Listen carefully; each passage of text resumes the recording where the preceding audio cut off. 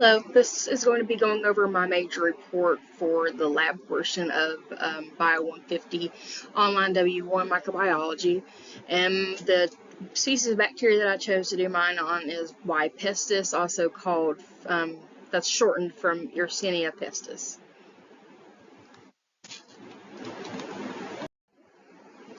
So introduction. Yersinia pestis, or Y. pestis, is gram-negative. It's a Coccobacillus species member. It is not part of our own resident microbiota, which means you'll never find it in our resident biome. Its reservoir of choice are fleas of rats, particularly the oriental flea. It's considered to be a facultative anaerobe, which means it survives in the presence of no oxygen. Species are considered motile when in an environment with a stable temperature. 37 degrees Celsius is usually what they can survive in the best.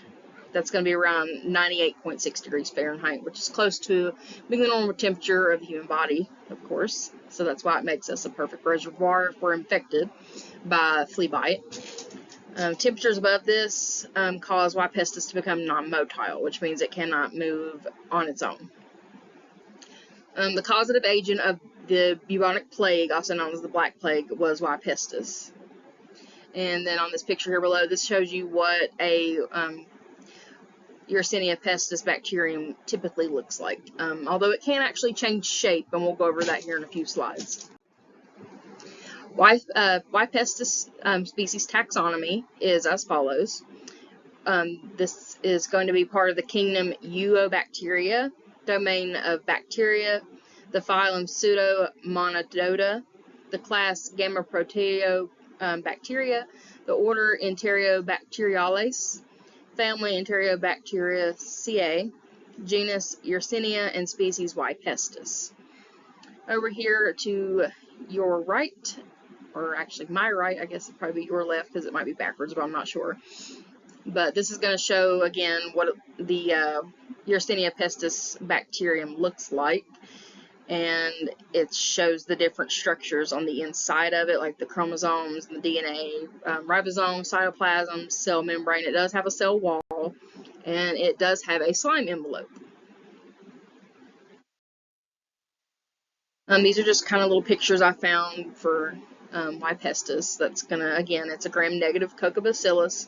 It is the causative agent of plague, and it has caused at least 3 pandemics that were major, including the Black Death. Rodents are usually the reservoirs, or rather the fleas that inhabit the rodents, and it is very, very contagious. Over here you're going to see a hand that's covered in black. This was one of the primary symptoms that were seen on the outward appearance. Besides, they also had boils, which we'll go over in a few, but their skin would literally turn black, and that's how most people knew that somebody had the plague back then, was to see that. That was very, very disturbing to see. All right, next we're going to go over the Y. pestis range. Y. pestis is a highly pathogenic species, which means it is very, very prone to causing disease. It grows and replicates in the interior of the gastrointestinal tract of fleas. Species such as the Xenophilia Chiopis, I'm not sure how you pronounce that, but I think that's right, at least the first part. More than 80 species are noted to be natural carriers. It doesn't typically survive long outside of hosts. Usually around 72 hours has been the longest recorded. There are exceptions, though, and of course we don't know everything there is to know about it. We learn new things about this species every day. It has been documented to survive 24 days when grown in blood-contaminated soil, as long as it was not in the presence of sunlight. So as long as it wasn't exposed to sunlight, it survived 24 days. Proof of soil being contaminated reservoir was, for example, in 1882 in the Hong Kong there was a mass plague outbreak, and the soil was actually contaminated. The soil was found to have Y. pestis also in the year 2023 under the body of a decaying lion. I think that took place in Oregon. Coccobacillus to L form is how it changes, and that's usually due to environmental stress. which causes it to be a more persistent species. And then below that, you're going to see the Oriental rat flea and kind of what it looks like there. Next, we're going to talk about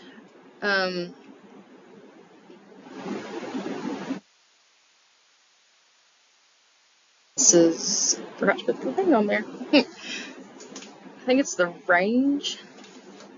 I believe it was a range. Let me go back real quick, see where I'm at. If it'll let me, which it won't let me. Let's see here. The next part that we're going to talk about is that. So it's going to be the heterogeneous faculum. And it's an anaerobic species. It's non-spore forming. It can be rod-shaped as well as Coccobacillus-shaped due to stress. It is oxidase negative, catalase positive. Perfect temperature for growing is right around 28 to 29 degrees Celsius, which again is going to be around that 98.6 degree mark. And Y. pestis can withstand 5% of NaCl, which is pretty good for salt level. It can also butt off in favorable pH levels. And its favorite pH level is between 4.6 and 9.6. It's going to thwart the action of phagocytes when it invades host cells. It does this by counteracting phagocytosis. How it does this is really still unclear. They don't really know how it does it. It just does it. It's believed that Y. pestis carries many flagellated mutations. An example of a friendship mutation in Y. pestis is in the FLHD, which is the portion of the flagellar master control operon. Y. pestis is not capable of self-propelled movement while inside the host cell. This does not deter it, though it still finds its way around. Down here, it's going to show different things about Yersinia pestis. So this top one here is actually showing a bipolar staining of a Wason stain of the bacteria. And then below that, we have, it says it looks like a fried egg or hammered copper appearance when it was grown in blood agar. And then this is what it looks like when it's in the gram-negative rod form over here in this little circle to my left. Next, we're going to talk about habitat requirements. I think the one before that was the life history, but I can't remember. But anyway, next we're moving on to habitat requirements. Naturally, Y. pestis resides primarily in the stomach of rat fleas and the wild rats that the fleas live on. When the fleas get inside the rat, they end up killing the rat, but not before they've already infected this rat, and it tends to infect other rats, and at that point the rat can actually bite humans and it can transmit the virus that way, or a human could be bit by the flea that infected the rat. Whenever a human's around the dead body of the rat, the flea has to find a new host. So this Y. pestis is kept going by these reservoirs in nature. Without them, they could never infect humans and it wouldn't be a worry. It does die very quickly when it's exposed to UV light or exposed to extreme moisture or fluid loss. As stated prior, it is a facultative anaerobe, so it can live in the presence of oxygen, or it can also live without it. It doesn't really matter to it. It does do better with oxygen, but it can live without it. Next, we're going to talk about the life history. So I guess this one's the life history. It's going to cover a few different things here. So there's an interesting means of reproducing inside host cells, and it was transmitted via flea bites. Y. pestis bacterium is injected through the epidermis into the dermis of the skin, and this will trigger the immune response. So the body's going to send out bacteriophages and phagocytes and stuff to track down this bacteria so it can try to kill it. But Y. pestis tends to avoid phagocytes and thereby avoiding phagocytosis because it avoids this PMN response, because it will actually stay put in the location of the initial bite on the body, and it will spread out from that top layer without going deeper and continues to survive while it replicates. And then once the immune response ends, then it will start to find its way into the lymphatic system and the lymph nodes. And once it gets into the lymph nodes, it's going to spread to the rest of the body. Y. pestis has a virulence protein called YOPM. And that's going to actually put a bullseye on the innate immune response. It does this by depleting a staggering number of NK cells, which are also, it's just shortened form of the word natural killer cells. It is believed that it does this by blocking expression of functional IL-15R cells on the NK cells and halting IL-15 expression by macrophages. Y. pestis is historically known for causing a few vastly destructive epidemics that have rocked the world a few times over. I'm sure everybody alive today has heard of the bubonic plague or the Black Death, or even the Black Plague. They're all three the same thing. It is the causative agent of plague, and it is known as a zoonotic infection that primarily infects mammals. So what is Yersinia pestis? It is a bacterial disease that is most commonly characterized by having huge lymph glands and causes death. Interesting facts about Y. pestis. It causes some of the most pathogenic illnesses known to man. It can be delivered to hosts via aerosol as well as bites, actually. They discovered this, so whenever it's delivered by aerosol, it can get into the lungs, so it actually causes a different type of plague called pneumonic plague.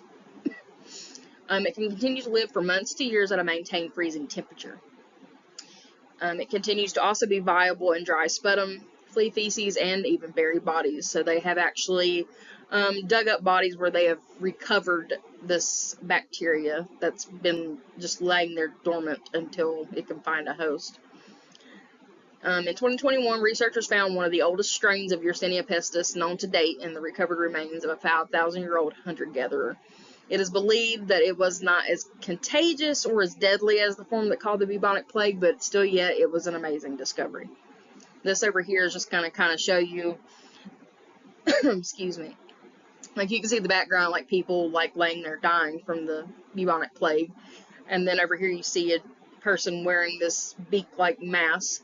This was actually, they were called plague doctors that would go around taking care of people that had the Black Death and stuff and diagnosing it.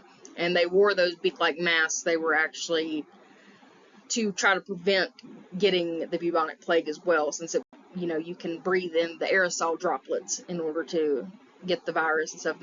That helped protect them from getting the virus, or I'm sorry, the bacteria themselves.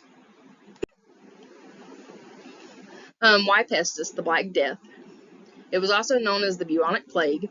It was the worst epidemic seen in history of the world to date, and it was caused by Yersinia pestis. This overtook Europe as well as Asia in the mid-1300s.